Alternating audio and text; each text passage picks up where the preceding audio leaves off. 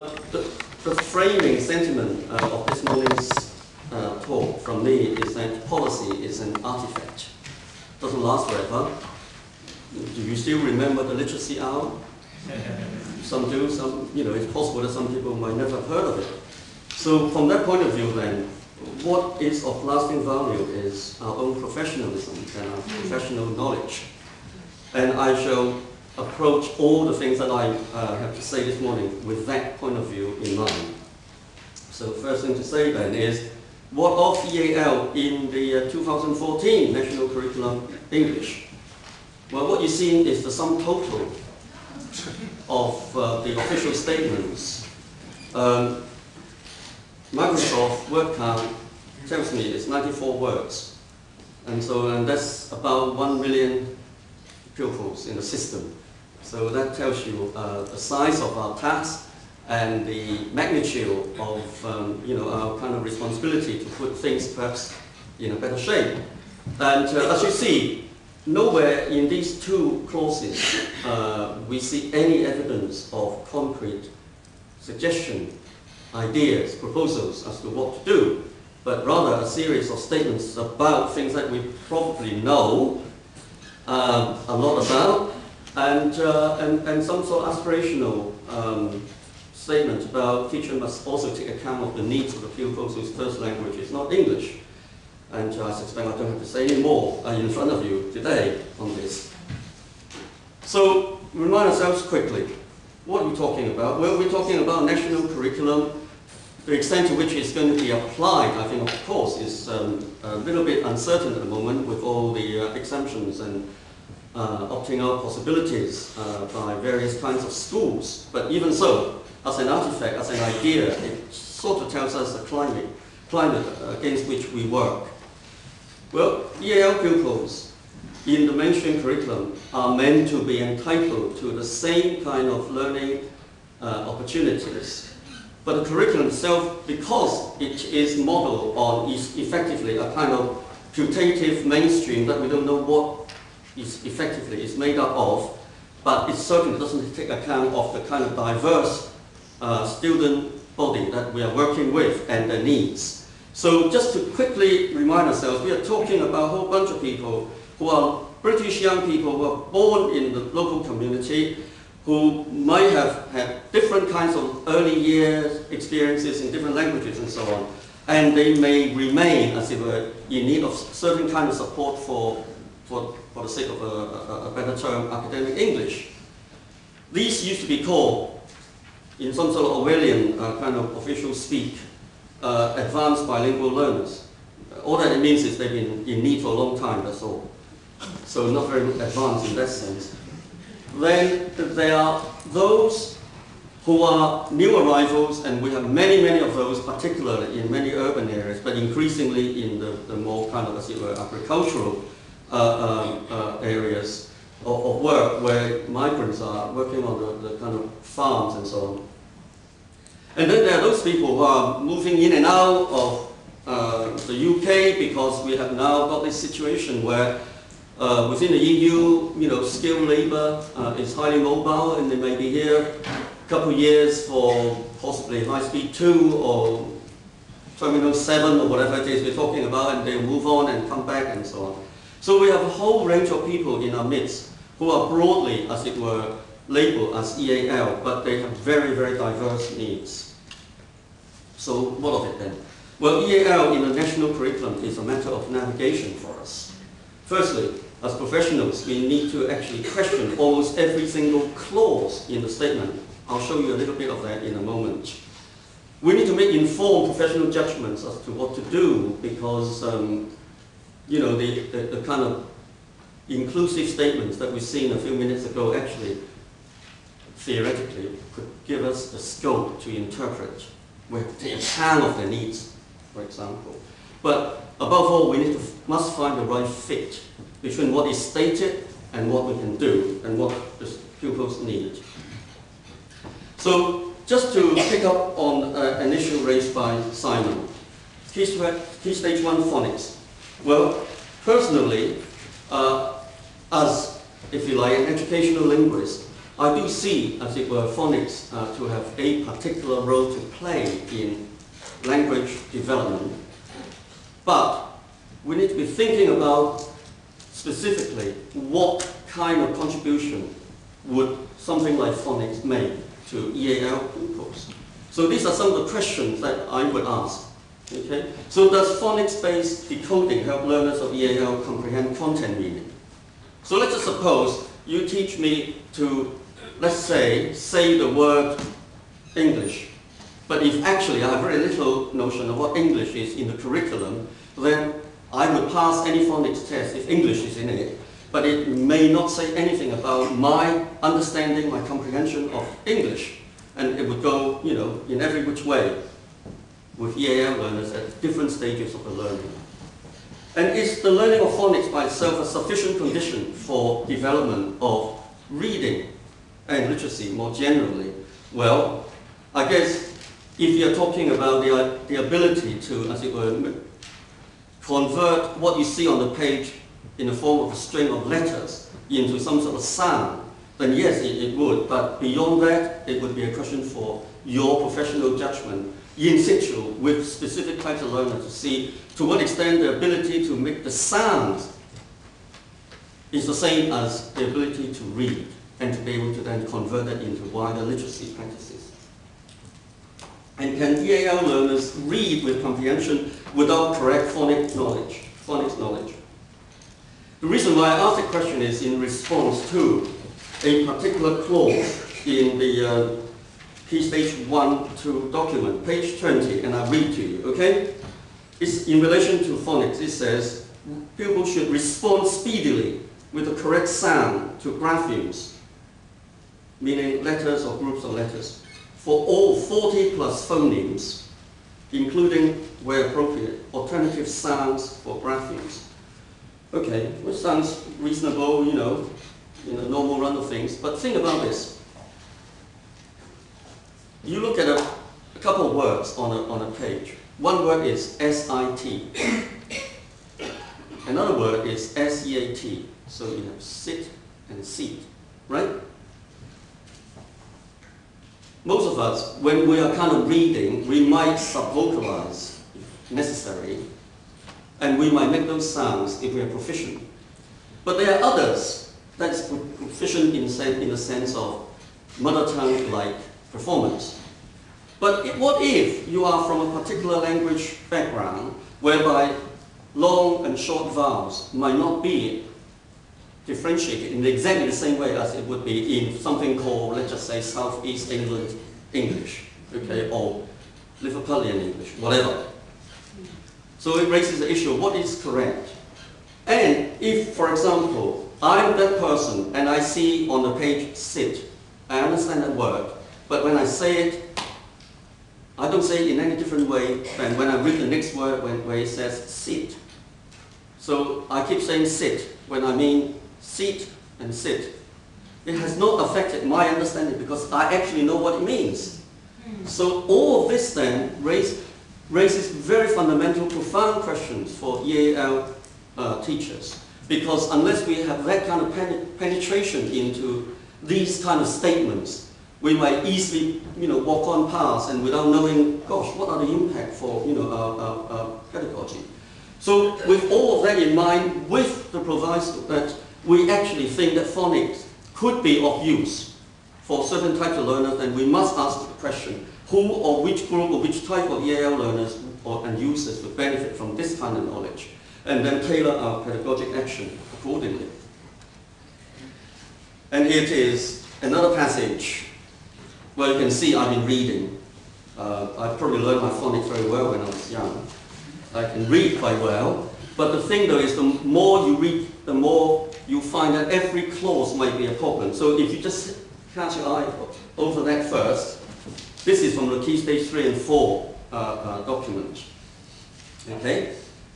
Looks pretty innocent, but when you then think about the EAL dimension of this, I'll just do a couple of things here. So the first clause, pupils should be taught to control their speaking and writing consciously. Not so long ago, the DFES informed us that in terms of EAL, there are two ways of learning it. One is the acquired system, which is a subconscious, which I think is wrong. I think it's non-conscious. It's not subconscious, okay? It's a non-conscious process, very similar to that which children undergo when they acquire the first language. So this is the kind of, earlier, a few years ago, policymaker wanted to kind of convert EAL into the mainstream. So they actually insist that the EAL process, learning process, is actually the same as mother tongue. It's just that you're older, you're now 16, but you've got to go through that process again, that kind of thing, okay? And they also accepted the fact that there is something called the learned system. The learned system is formal instruction and so on. And for those of you who've been reading these documents over the years would know that the overall direction up until the 2013 English document, the EAL advice is go for the acquired system, because basically the fundamental influence behind that piece of advice would be the work of Stephen Krashen's linguistics. And that is learn by using, learn by being exposed, and you'll be all right. So the acquisition is a better metaphor as far as Krashen is concerned, and that was picked out because it suited, if you like, the policy disposition that everybody should be in the big swim without this differentiation. So all teachers need to do is to produce some kind of monolithic, something called good practice, and then everybody would be okay. But here we have contradiction here. 2013-14 clearly talks about something else. And so we need to reconcile those positions and find a pupil-sensitive response in our own practice. So the reading these documents carefully would give us quite a lot of clue as to what to do. To the next clause, same sentence, okay?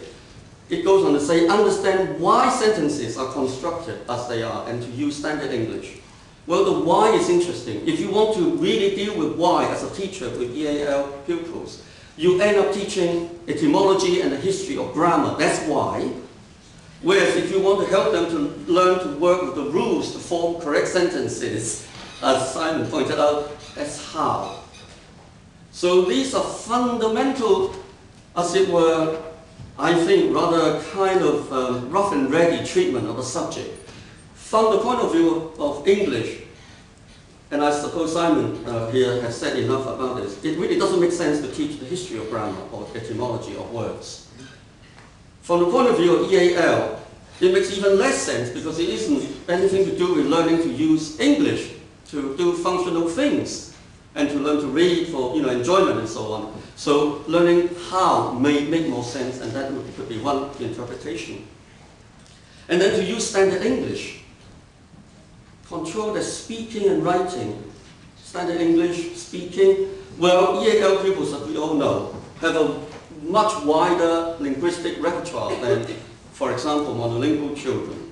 And that they have other languages, and increasingly multi-ethnic youth are local, as it were, proficient local users of language in the vernacular. In order for them to pick up the language in its full glory, why shouldn't they be picking up on the vernaculars? Translanguaging, meaning mixing different elements of the language repertoire they may have, very much the stuff of youth talk, and standard English to boot. So while not ruling out standard English, why should we be kind of so narrowly kind of focusing on one variety of English when a full repertoire, a competent speaker should have the ability to work with every which variety of language in their, as it were, environment. So that's as far as the English documents are concerned.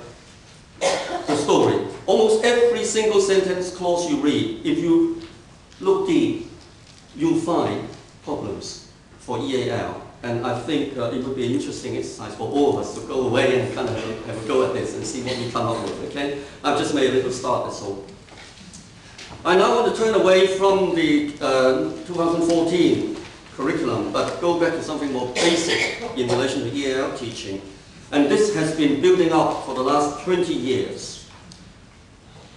For those of you who may be new to the profession, we've been told that from the point of view of teaching EAL, we can differentiate two forms of language. One is for everyday, the other is for academic. And in the balance of the trade, bigs, and count. Okay? And we are also informed that basically everyday language is good for social exchanges in the kind of informal ways, in greetings, playing on the playground, that sort of thing. And it comprises normally informal vocabulary and very relaxed kind of grammar. Okay? So it doesn't need to be whole sentences, phrases, clauses, and that sort of thing. Okay? While academic language is made up of long, big words, and in one document in the 2006 advice it says, you know, these academic words have Greek and Latin origin and stuff like that. Normally well-formed sentences and very formal styles or genre. Okay? And academic language is what we should be teaching and learning. That is, we ought to help the EAL pupils to move towards academic language. And there is a kind of broad assumption that there is a kind of sequential EAL development. It goes from everyday to academic. And you know the famous thing about it takes 6 to 8 years to acquire full academic language is precisely built on that basic assumption. Okay? Okay, but in the last few years, there's been increasing discussion certainly in the research circles to question this basic assumption. Okay? Just to give you a sense of what we're talking about, Colin Gibbons, long years ago, produced this very good example to show us what we mean by spoken language, informal language. And here is a little kind of transcript of what pupils might be saying if they're doing an experiment with magnetism. So a piece of paper with some paper clips and you know whatever else on it, and a magnet underneath, and you see things moving and or not, as the case may be. And that's what the pupils would say when they're getting excited and seeing things moving around and so on. So that's the kind of, if you like, everyday language in the classroom. So this is the sort of thing that they would write at the end of that science experiment, okay? And this is the sort of thing that is the idealized written academic language from a book, okay? Age appropriate, as it were. All three examples drawn from Colin Gibbons.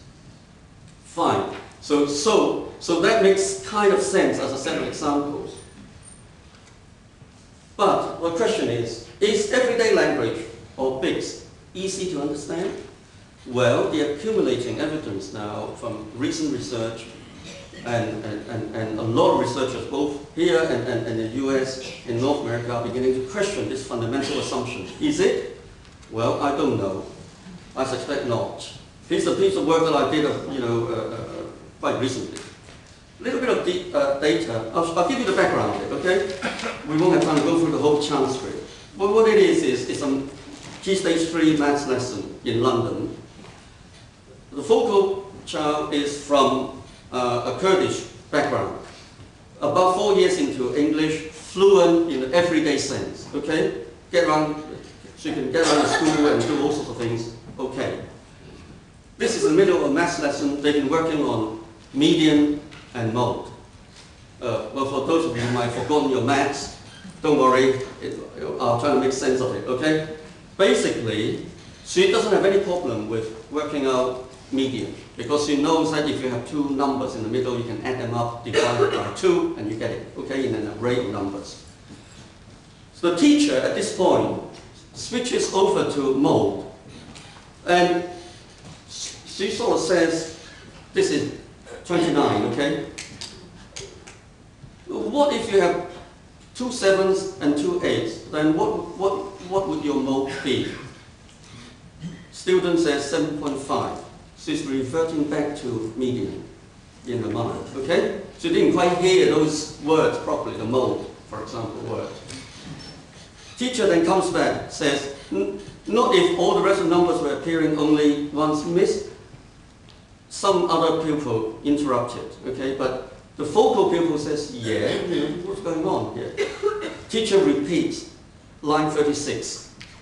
And 7 and 8 was appearing twice. Notice, this is very informal English, okay? 7 and 8 was appearing twice. Student says, sure, that sort of thing. Teacher says, then you can have 2 modes. Now, she's explaining what mode is, how you get it. You can have 2 modes, 7 and 8, because it's the most frequent number. Student, what's happening here? Didn't hear any of that, didn't understand of it. Goes back to, would you have 7.5? What that means is adding the 2 divided by 2 and that sort of thing, okay? So it goes on like this. You can spend, as I have, several days on a stretch of talk like this and still not fully understand why it was so difficult to understand for the pupil.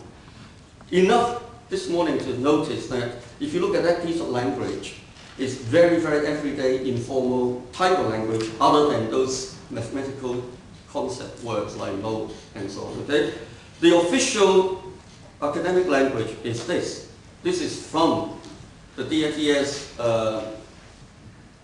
National Strategy Mathematics collection, okay? See, the language looks very different, and this is what Gibbons would have said written language, idealized, as it were. This is what she hears the pupil.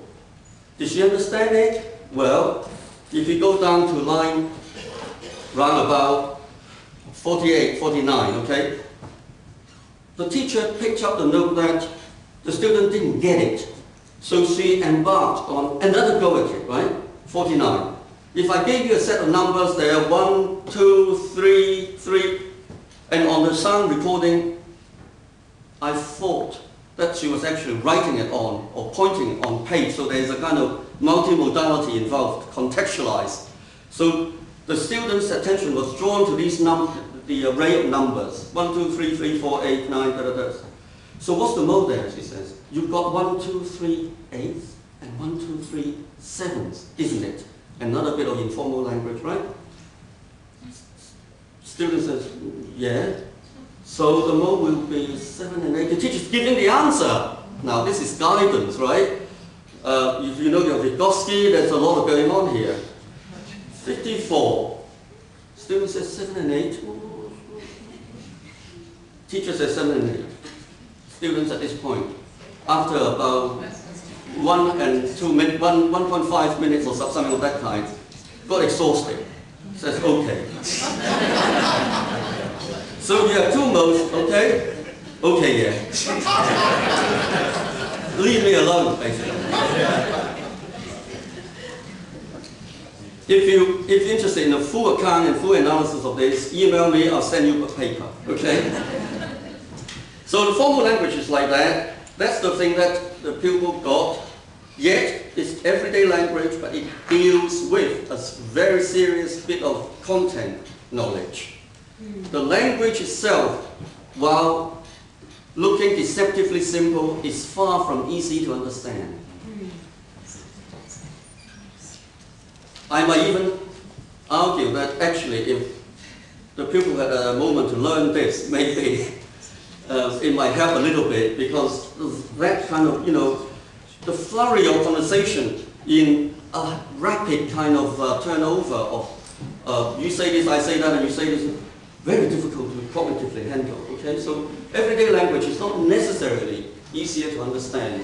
And accumulating evidence is pointing to that, so we need to fundamentally revise the easy, as it were, mantra of Biggs and Cow. It isn't quite like that, although there is undoubtedly a variety of English in a written form that is formal. That's the curriculum language. That's the stuff you get in exam questions, in the textbooks, and so on, in teachers' worksheets, and on any variety of digital platforms. But that's only one end of the continuum. Spoken language in a classroom is actually very much a mixture of informal and formal terms and language expressions.